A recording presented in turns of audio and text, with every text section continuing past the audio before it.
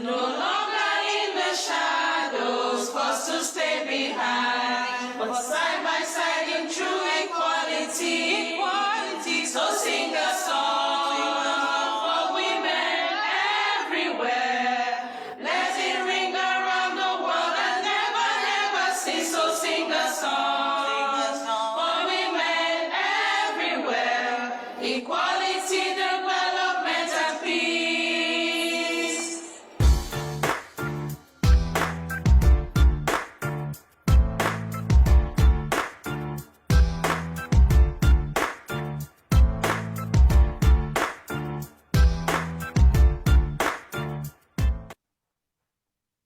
Feminism is about making life fairer for women everywhere.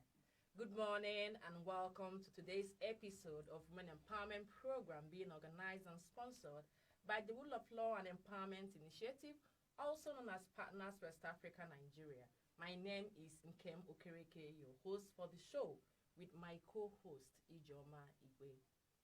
With the pandemic, everyone was affected in different ways, with many being affected physically and psychologically.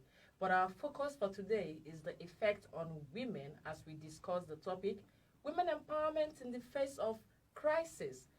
Today, our guest is currently the Citizen Security Program Manager of Partners West Africa, Nigeria. She is also an International Visitors Leadership Program Fellow, and she is also has worked in various private organizations spanning across different sectors. She served as a rapporteur at the International Conference on Disability in 2015 and was the team lead for the research conducted by PWAN to understand the effect of COVID-19 on Nigerian women. Stay put as we'll be back with our guest.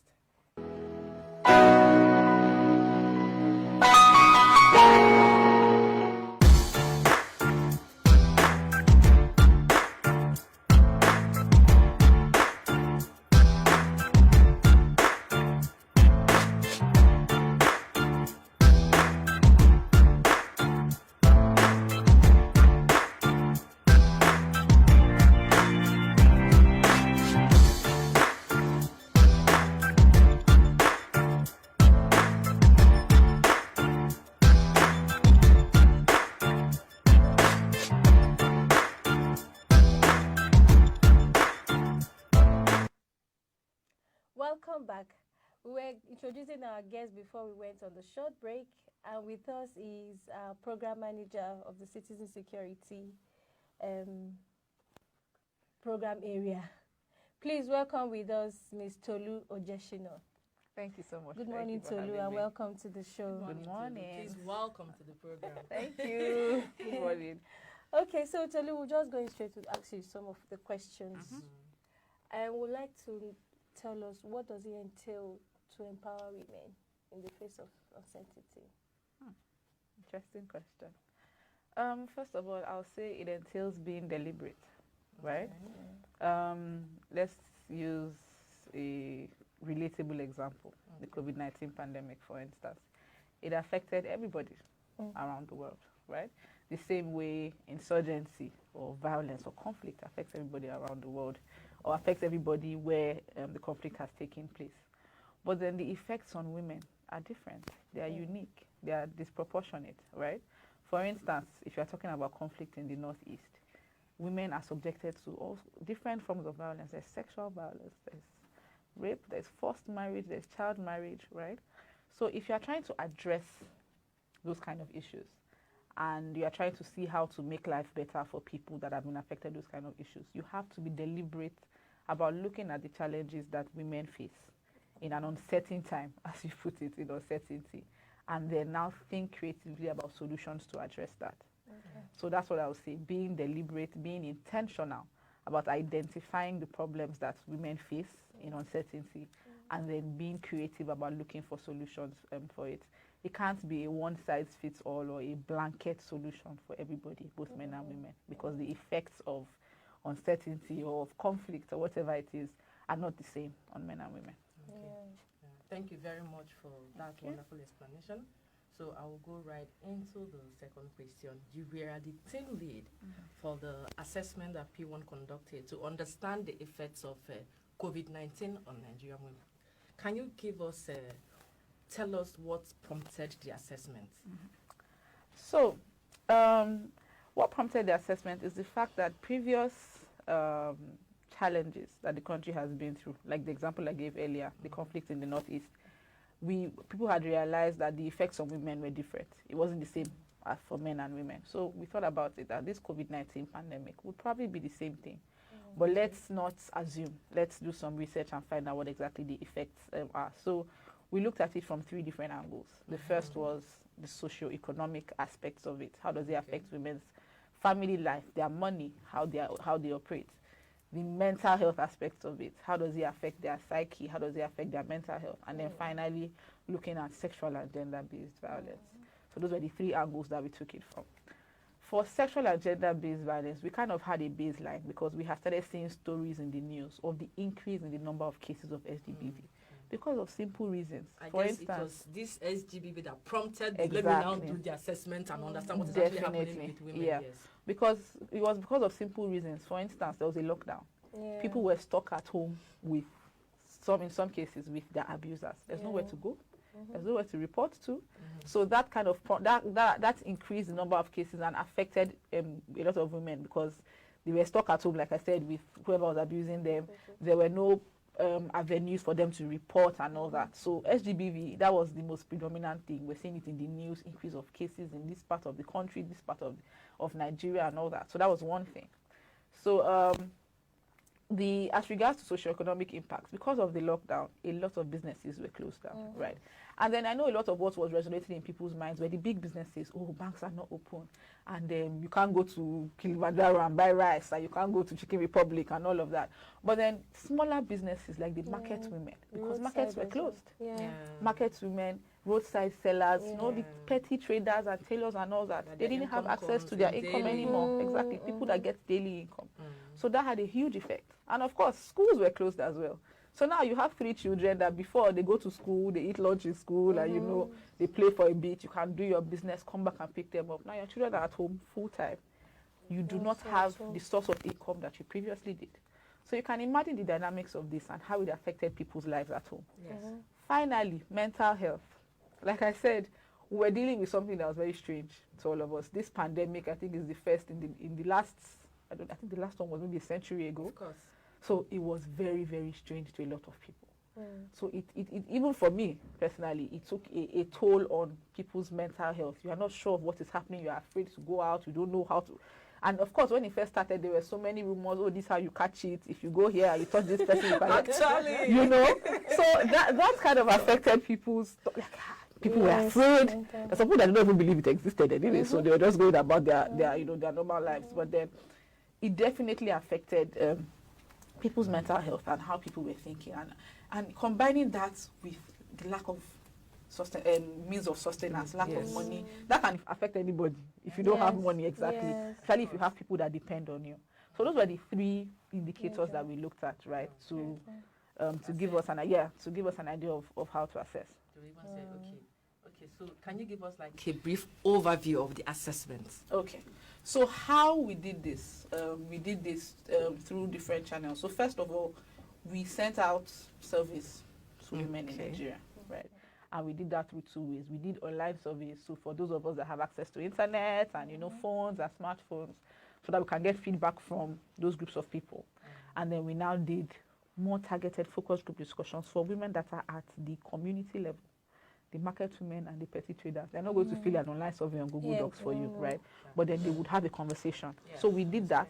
We also did telephone conversations. We called people, and we did this work in collaboration with the gender accountability group. It's being run by RAPA. So they have women's groups all over the country that are doing work on women's empowerment. And so they assisted us in reaching out to their constituencies to say, okay, we have some questions to ask you about COVID and how it's making you feel and how it's impacting on your life. Let's hear what you have to say.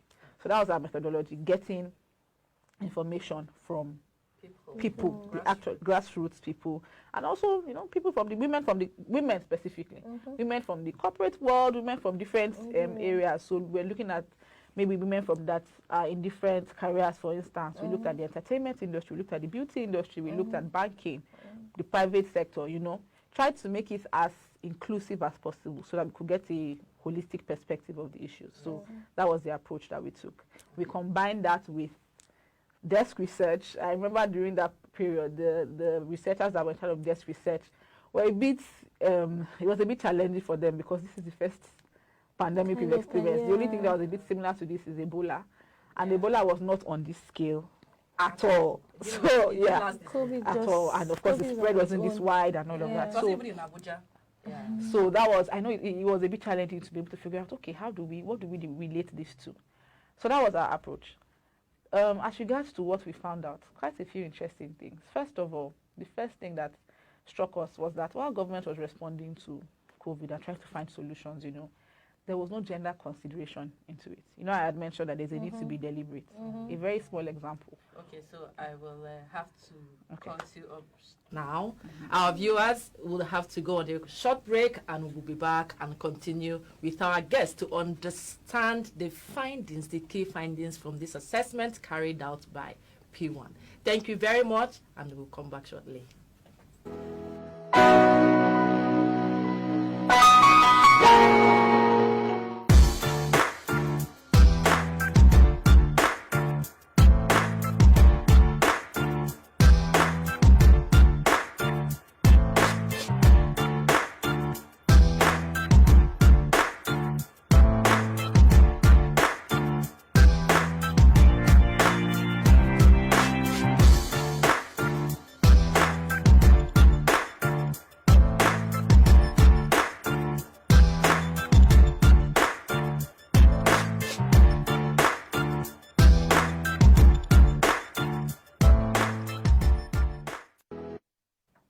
Welcome back to the show. We've been having a good insight from Tolu as she's explaining to us on our assessment carried out. But with Tolu, we also like to find out the key findings. What are the key findings from the assessment? Yeah, thank you. So as I was saying, first of all, something that came out strongly was the fact that government's response to this pandemic wasn't gendered in any way. There was no gender dimensions to it. So I was going to give a very brief example. When palliatives were being distributed, there was food, there was water, there was, I think, some maybe medical materials and all that. Cash. There were no sanitary towels. Yeah. Right. And then the way that people were unable to go out and purchase food and all that is the same way that women, the pandemic did not stop people's monthly period. You receive your period every month, right? So if you're under lockdown, you don't have access to what you need to be able to survive during your period. Isn't that seen as an essential thing that people should be given, right? Yeah. So that was one thing, right? Okay. Secondly, also talking about how government didn't consider a lot of gender dimensions, was that the people or the institutions responsible for handling SGBV, it wasn't seen as an essential service, right? So during the lockdown, people were giving passes. Yes. Bank workers that are going to put money in the ATM, you have a pass. If you work in a security agency, you have a pass. But then people that work to protect women against sexual gender-based violence, especially organizations like NGOs and CSOs that do that kind of work, that kind of thing wasn't seen as an essential service. So we had heard stories of people that had called that, please come and help me. My husband is about to kill me. And somebody's trying to rush out to help. And they are stopped and they've told them, you are not an essential worker. Therefore, we won't let you go. There were multiple incidences like that. So it took government a while to be able to think about the gender dimensions of this. Remember I said you have to be intentional and deliberate. It's not the same problem for everybody. It's really different for women. So that was one thing that came out strongly. Secondly, like I had mentioned a bit earlier, was the fact that the socio-economic impact of the pandemic on women was extremely high. So especially if you go to our markets, 70% or 80% of the people that sell there are women, right? Yeah. Markets were shut down, petty traders were not allowed to operate their businesses. That affected the income that they brought into their family, right? So that was another thing.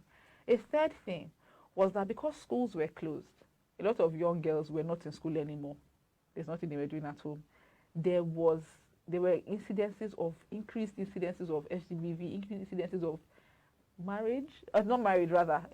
pregnancy and all that, yeah.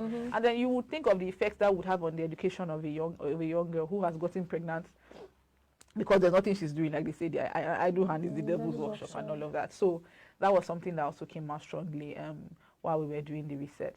Another thing that came out strongly was the mental health effects. So you see women that would say things like, before the pandemic, They had businesses they were running. They had help with their children. So they have a daycare where the children are going to, or children are going to school, and then they go to work and they're making some money. Now your source of income is taken away. Your children are with you. You are worried about how to feed them. There's more domestic labor, right? Because now you are bathing children and feeding children 3 times a day. We have colleagues in the office that told us that. We have a colleague that mentioned she has 3 boys. When before the pandemic, she knew the amount of money she was spending on food every month. Imagine having 3 young boys between the ages of maybe 10 to 17. And then after during the pandemic, she said the food that would last 1 week was lasting 2 days, right? Yeah. And that's somebody that's still a bit financially well off. So imagine a person that doesn't have those funds in the first place, and now you haven't been given access to your business to be able to generate more income. So that took an extreme toll on people's mental health. The surveys we took, we got feedback from people that they were mentally stressed. Some people were developing depression. People were having anxiety issues. People were afraid, because that's included in it too. You start hearing, the first case in Abuja was in Metama. Somebody said, I went to that area yesterday. And it starts to generate some sort of fear in you. And you know that you're going home to meet your children. And exactly. So it was a lot. So the mental health impacts of that also really, really stood out for us in the assessment. Then it just showed that, like every other thing in the world, whatever challenge, whatever conflict, the effects that it has on women is just different, right? Women tend to go through a lot more to be able to survive those kinds of challenges. So those were some of the key things. The full report is available on the website, and it's quite an interesting read. So I encourage all the viewers to download it and read it and learn a bit more about it. But then based on these findings that we got, we're able to prefer certain recommendations. So that was those were the findings. So what are those? Can you give us just a few recommendations of things that should be put in place, especially when you want to empower women, bearing in mind uncertainty or knowing that they are maybe facing crisis or maybe in conflict affected areas? Are there some recommendations of things that should be put in place or something? Excuse me, yes. So first of all, we also noticed that the government doesn't, like I said, because government doesn't consider gender dimensions of things, there are also no gender statistics available for a lot of things, right? And that's one thing that we would like to recommend. NGOs like PWAN and civil society organizations like PWAN can do the work to mine data to a certain extent, or to do data analysis, but government institutions have to take it as a deliberate action, right? Institutions like the National Bureau of Statistics, for instance, should be able to consider the gender dimensions of things when they are doing the analysis and, conducting surveys and polling and all of that, so that it helps you to be able to determine the solution. Because sometimes it's only when you have this data available that you know what to do. So that's one recommendation. Gender-sensitive data, gender-sensitive statistics is very necessary to be able to prefer solutions to the problems that women face in uncertain times. That was one. The second was also to consider the gender dimensions when developing policies and developing frameworks. So you develop a policy for lockdown and say everybody should stay at home, but you don't consider the effects that will have on women and effects that will have on the structures that are available to protect them, such as people that go and help with victims of, or survivors rather, of the SGBV. So that's another recommendation that we had, that the government can work with organizations that have the expertise, that have that eye to say, okay, there is this situation. How does it affect both genders, men and women? What are some of the peculiarities? What can we do to address that? The government should be able to work with organizations, collaborate with organizations like that have that perspective, to be able to help them when they are churning out their policies and churning out their frameworks. Because at the policy making level, if you don't get it right there, when it comes to implementation, people are not bothered. You wrote it down on paper that this is how it should be done. A normal policeman on the street will say, well, this was the instruction I was given, and I'm going to roll with it. So maybe with the policy making, women also have to be involved. That's it. So when we talk about women's representation, these are some of the things we're talking about. On the presidential task force, I think there's one woman, right? And those are the kind of things that affect the kind of policies or the kind of laws that are brought out, right? Because there's nobody there to give that perspective of, if it's me, or from a woman's angle, if it was me, how would I want this issue to be addressed? So when we talk about women's representation and participation, which we do a lot of at P1, is for reasons like this, so that when policies are coming out and laws, it captures from both perspectives. Exactly, the perspectives of both genders. Because, like I said earlier, it is not the same. It is not a one-size-fits-all thing. Thank you very much. Thank you. So, from one thing I got from what we got from our guest today, Ms. Tolu, She said that when you want to empower women in the face of crisis, you have to be deliberate about it because there are so many things that bother them at that time. Ijoma, I don't know if you have other things to add to what she said. Just to add to what she said, women need to be represented when we're making gender policies. Don't just make it on our behalf. Please, add us to it. And then also, the report is available on our website. So go to our website, www.partnersnigeria.org, to get more information about more details on these assessments. Right. So thank you very much, our viewers, for watching this wonderful episode. We'll come again next week, Friday, for another interesting episode of Women Empowerment. See you next week.